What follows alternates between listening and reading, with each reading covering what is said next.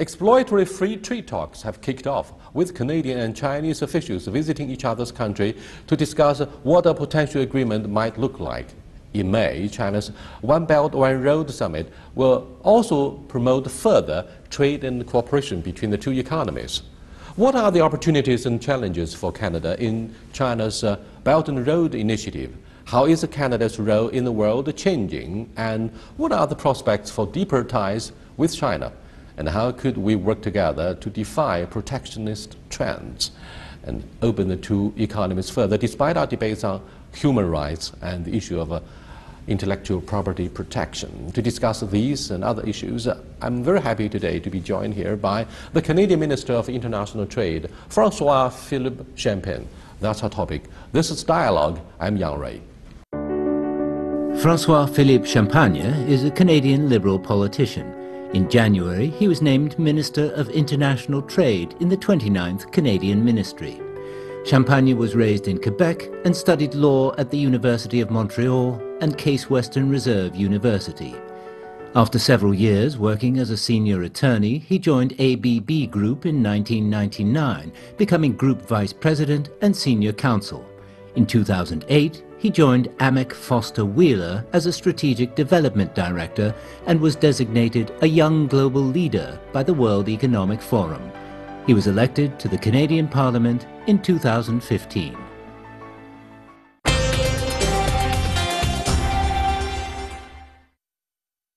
Welcome to Dialogue. It's a real pleasure to be on your show. What are the major issues on the agenda between you and your Chinese counterpart during this trip? Well, this trip was really about strengthening the relationship between Canada and China. Part of my trip was around forestry, trying to explain bringing green technologies to China in greening building materials. We came here with a package of solutions. We understand that one of the biggest challenges is to green the building environment in China, to use less concrete and steel, and we think that wood is a good substitute. It's the only building material which is made 100% with solar energy. So I was really talking with our Chinese friends about not coming here to just sell a product, to sell an equipment, to sell a service, but bringing solution that will help China tackle one of the biggest challenges, but at the same time, being able to tackle together one of the biggest challenges we face as a planet, which is global warming. Let's suspend the game of beating about the bush, since we've been talking about the importance of wood. Now, both sides want to offer solutions. For example, Canada is currently very much under pressure from the Trump administration over NAFTA. And do you think you're going to exploit the Chinese markets during the absence of preferential policies from the US government, which wants to renegotiate NAFTA? Well, there's never been a better time to diversify. This is what I've been saying all along. I think that the Canadian economy has been reliant to a large extent to the US economy. I mean, we exchange 2.4 billion of goods and services every day. We have 400,000 people crossing the border. You have 35 states in the United States which have Canada as a primary export market. But what we're doing, the purpose of my visit here was really to talk to the Chinese side and say Canada is becoming that bridge between the Pacific and the Atlantic. Canada, with the coming into force very shortly of the free trade agreement between Canada and Europe, Canada will have now preferential market access to about 1.1 billion consumers, if you include NAFTA, which is the United States and Mexico and Europe. So when you talk to your Chinese counterpart, Canada is becoming very attractive. And also, I think, what makes Canada special today is our progressive and inclusive trading agenda. People want to engage with Canada. Canada stands out. In a world of uncertainty, of unpredictability, of questioning about the rules that have been established to govern our trading relationship, Canada, and I would say China, stands out as beacon of stability, predictability, a rule-based system, a very inclusive society. As you know, Prime Minister Trudeau has often said diversity is something we cherish in Canada. We are strong because of it, not despite of it. Yes, of course, we aspire to learn from G7 in the rule-based world in how to conduct international trade and investment. Having said this, what is attractive about Canada for the ordinary Chinese folks is the destination of immigration. Canada is one of the most popular destinations for immigration. But for the Chinese government, I'm afraid, we care more about why and how Prime Minister Trudeau could make a sea difference from his predecessor, the Harper administration. Can you brief our viewers about the major differences that Prime Minister Trudeau has introduced in reshaping a very important bilateral relationship? Well, you know, I would say because Prime Minister Trudeau has inspired a nation, has inspired the Canadian nation to, for example, I'll give you an example. We have earned the social license to have a very ambitious trading agenda because we focus on people. We invest in families, we invest in middle class, we invest in infrastructure. One of the roles that Prime Minister Trudeau has asked me to play is to make trade real for people, to make sure that workers would have better jobs, to make sure that exporters can export more, to make sure that consumers would find better prices and more choices when they come to the shelf. So when it comes to our relationship with China, it's in our own best interest on both sides. You know, we understand that the Asia-Pacific region is obviously one of the fastest growing. It is one where we need to engage. This is strategic engagement between Canada and China. And I must say, throughout my meetings this week, I was with the China Entrepreneur Club, I met with Jack Ma, I met with government leader, Minister of Commerce. You know what's most amazing is that we see eye to eye on many, many fronts. When it came to commerce, for example, we say we need to make sure that our small and medium-sized businesses can access each other's market. I was talking with Jack Ma, I said, how do we do that? This is about connectivity. This is about providing platform to make sure that we can connect. Today, for example, I have a roundtable on women business entrepreneur. So I was talking to very successful women entrepreneurs. I said, how can we increase the relationship? How can we build these bridges? You know, we have 1.5 million Canadian of Chinese origin. So there's enormous potential. So for me, my job is to tap in this potential. It starts with people. People-to-people ties will lead to more trade. Trade will lead to more growth, and growth will lead to more jobs. That's the simple equation. There was a strong sense of alienation between the Harper administration and the Chinese authorities during the previous administration. Now, the outcome of a latest survey indicates that up to 88% of those polled don't feel comfortable with China's offer to buy high-tech companies, and over 60% of those who are polled say they must link human rights with the trade when it comes to the bilateral relationship. Now, how could Prime Minister Trudeau persuade his electorate and the constituency to accept his new proactive and more practical approach in dealing with the Chinese side? Well, I would say it starts with a couple of things. We have decided to run a very open and transparent government as part of the exploratory talks on a possible free trade agreement between Canada and China. As I was in China this week, the Chinese side was in Ottawa with our officials, but also in parallel to that, we have open public consultation. So we are talking to Canadians to engage them in the process, to hear about challenges, to hear about opportunities, and to make it as a whole of society when it comes to, in my view, this is a game changer. It's for us to seize the moment, to be ambitious. Now, to the point of export control, I've said to the Chinese side, the benefit of Canadian is that it's predictable. Our rules are well known. They are applied fairly. Every country in the world has export control regulation. But the message is that obviously we welcome bilateral investment. Let me give you an example. I was with the chairman of CNOC. CNOC, which is the largest single investor in Canada in the oil and gas field. CNOC has done something amazing to strengthen the relationship between Canada and China. They bring every year a group of about 30 SMEs, small and medium-sized enterprises from Canada, bring them in China, bring them and introduce them to their supply chain. This is a real win-win. And I took the time to go at their event, and I mentioned that even to my meetings with the Minister of Commerce as this is a great example of a foreign investor coming in Canada, working with society, civil society in Canada, bringing benefit to SMEs, introducing them to Chinese buyers, bringing new technologies, green technologies, which are very much in demand. This is the kind of win-win initiative that we need to speak about.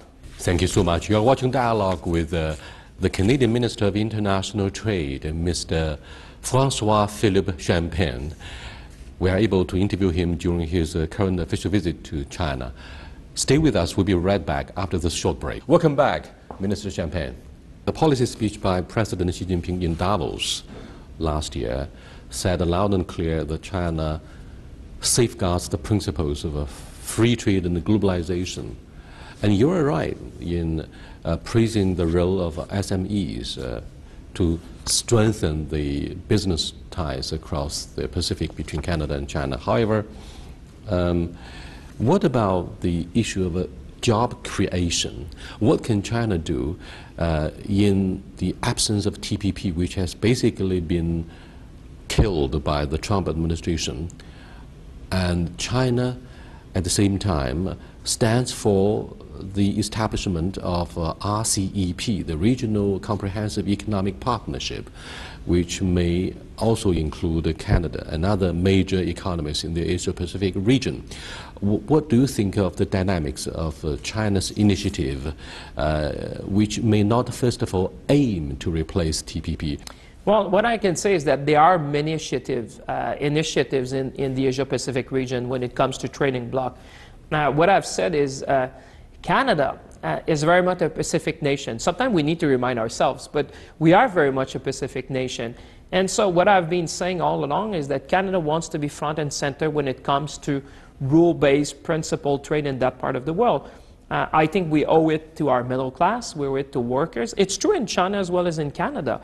That's why I was saying in China and Canada, during my discussions throughout the week, we see eye to eye on many, many fronts. You know, talk about, I was in Davos when Xi Jinping made that speech, and this was inspiring. I mean, this is China here talking about rule-based, open trade, and making sure that the world sees and realize what trade has been doing for people. But like Prime Minister Trudeau said as well, is that, you know, that's why we want to have an inclusive trading agenda, because too many people have been left out. Has Canada decided to accept China as a full-fledged market economic status?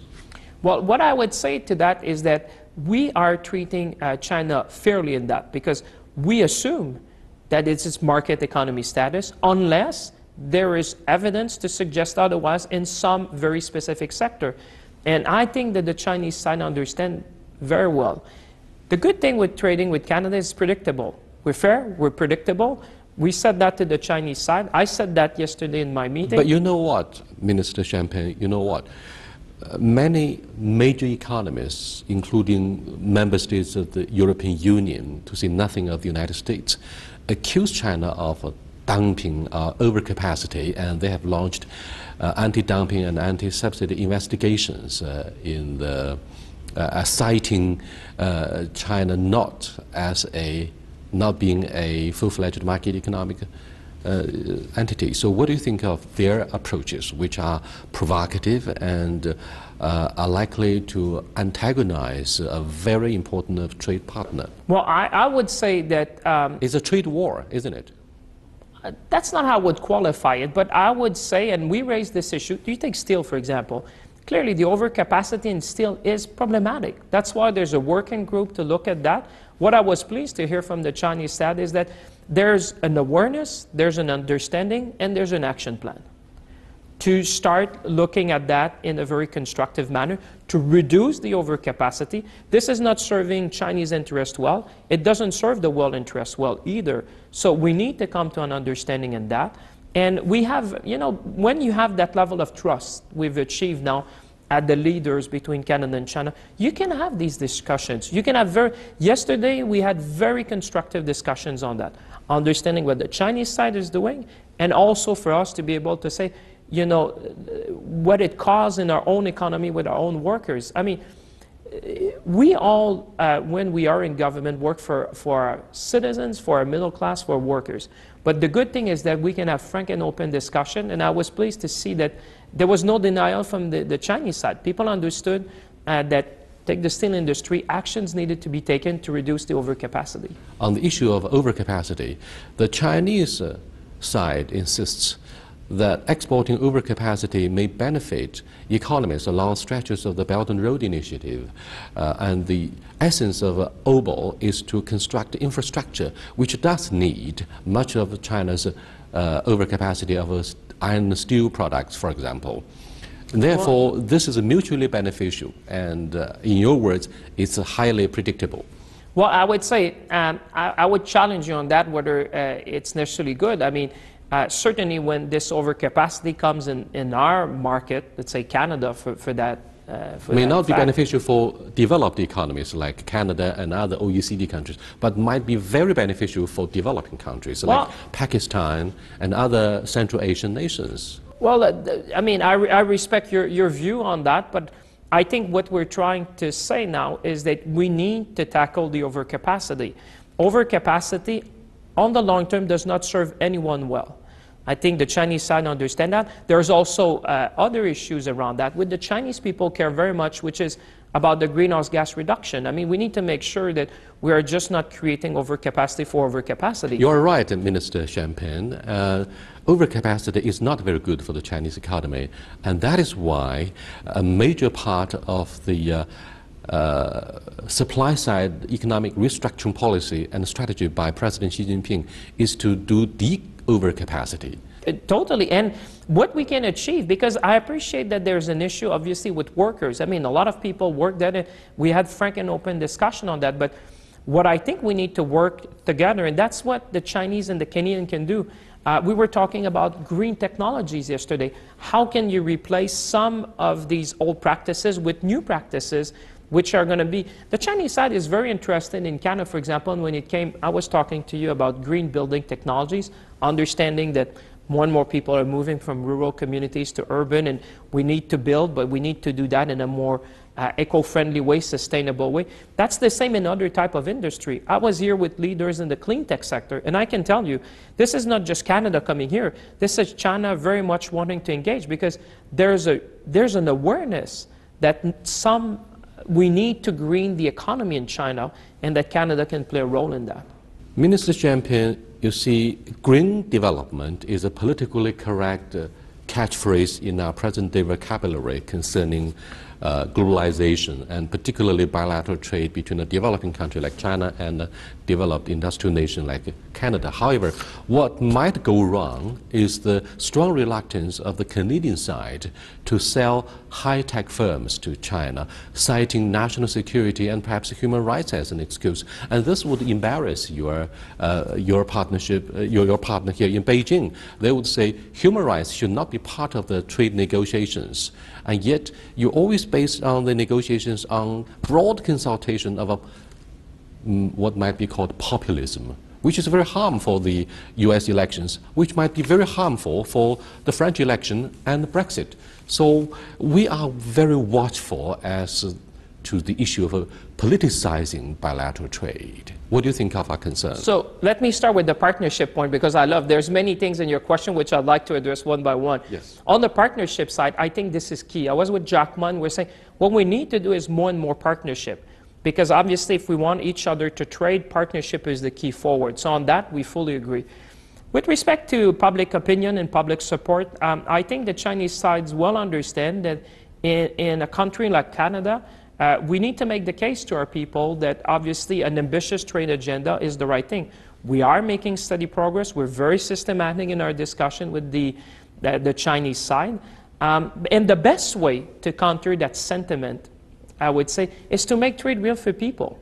Is to show to people that that trade has been an element of good for them. And this is the whole agenda which I was talking to the Chinese side. And we understand we have different systems, but we both understand that for us to succeed, to have a win-win situation on both sides, in our case, we need to work with public sentiment, public opinion, showing them. The CNOOC example I was giving you is a great example of a foreign investment which is coming, helping SMEs then to trade with China. Those are the stories that need to be told. But the Chinese side, and I had discussion yesterday, really well understand that in our case, we need to make the case, and I would say more broadly, Trade may have had a bad name over a few years, but we need, and the Chinese side understand that, as well as Canadian. Everywhere I've been in the world, I've said, we need to make trade real for people. We need to make sure that people understand what trade has been good for them. Rule-based trade, principled trade is improving the lives of people. That's where we're in government. Has Prime Minister Trudeau made the point clearly of saying goodbye to his predecessor, trying to get rid of the legacy of the Harper administration, whose China policy has unfortunately been ideologically motivated and has alienated China very much so, and we feel very disappointed, you know. Now, don't you think it's high time to usher in a new era? Oh, clearly. We pushed the reset button. You know, it's very clear and people understand that. I mean, it started with a high-level dialogue. You know, there was bilateral visits. Prime Minister Trudeau spoke with Premier Lee just last week before I came.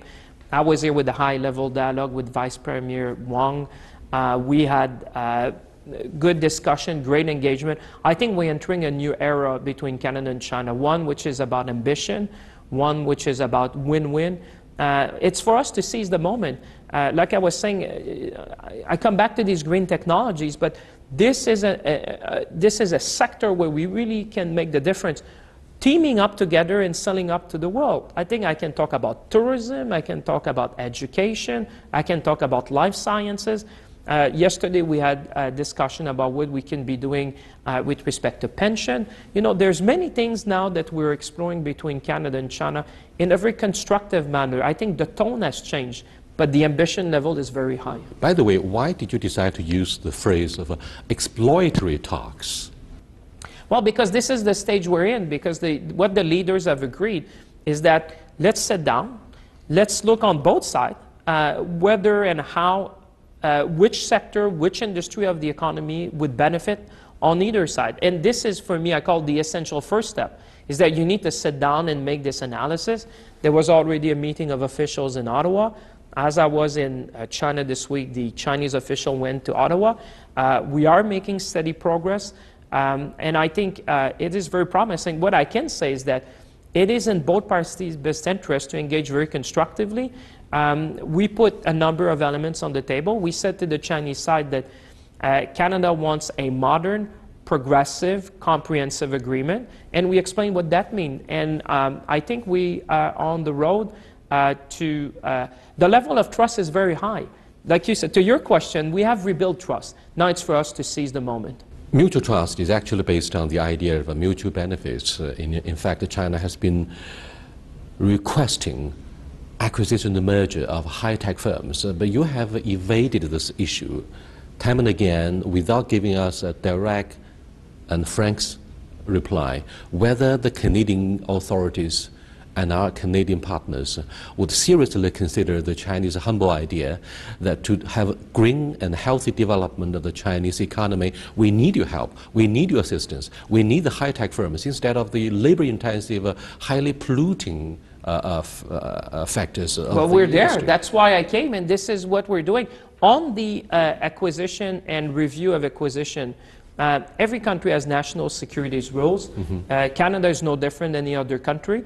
What I keep saying isn't is this a legacy of the Cold War to always cite national security? Well, we are no threat. I would challenge you on that. I would say that every country has national security rules. China has national security rules. We have. The benefit with Canada is that they're known, they're predictable, and they're applied fairly.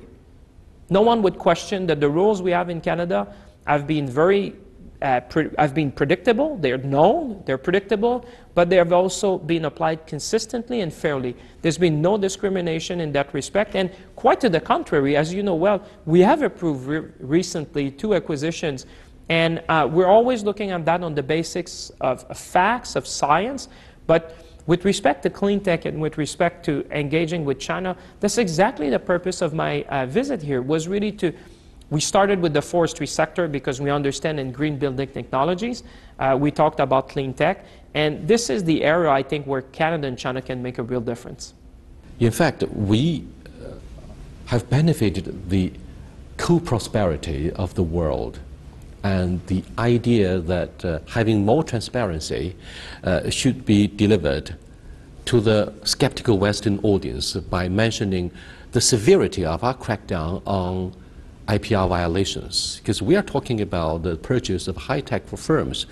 Other than the issue of national security, protection of intellectual property could also be a very serious concern for our Western partners, and therefore China has said loud and clear, we are also victim of IPR violations. We attach great importance to the protection of intellectual property. Can you convey this message to your Canadian partners? The Chinese are ready to seriously negotiate with you and with the rest of the world about the protection of IPR. Well, I'm happy you say that. I will play that to the Canadian audience so people see, you know, this is one of the things that entrepreneurs raise most often. And I've been saying the way to do that is to engage. And to provide a framework. That's why we have these exploratory talks about a possible free trade agreement, because all these issues which people raise, I keep saying the best way to address them is to agreeing on a framework. And clearly, the issue of IP is a big one. I know that the Chinese sides understand, and you just stated it, the challenges that this is providing. But I think there are ways. I also heard success stories. So yes, there are challenges, but through partnerships, I've heard that you know, some clean tech companies from Canada have partnered with the Chinese company, and they were able, because they came with innovative solutions, innovative technology, to build a place in the Chinese market. So, but I'm happy that you raised that, because that's a concern. And you know, that's the type of thing that the best way to address them is to agree on a framework. Minister Champion, let me bring this very enlightening dialogue to the conclusion by sharing with you a story that I went through a few days ago. I met with a senior Chinese diplomat who has retired from the foreign ministry, and on the mere mention of IPR protection in our relationship with the European Union, he was angry. He was immediately put on the defense, and I was left wondering why. Maybe he represents the older generation of the Chinese diplomats and took it personally and was very sensitive about the issue of protection of IPR. I think this is wrong. China should be part of the world, and we take this game very seriously in protecting intellectual property rights. But thank you so much for being with us on this dialogue of CGTN. Thank you so much. Thank you very much. It's a real pleasure. Thank you.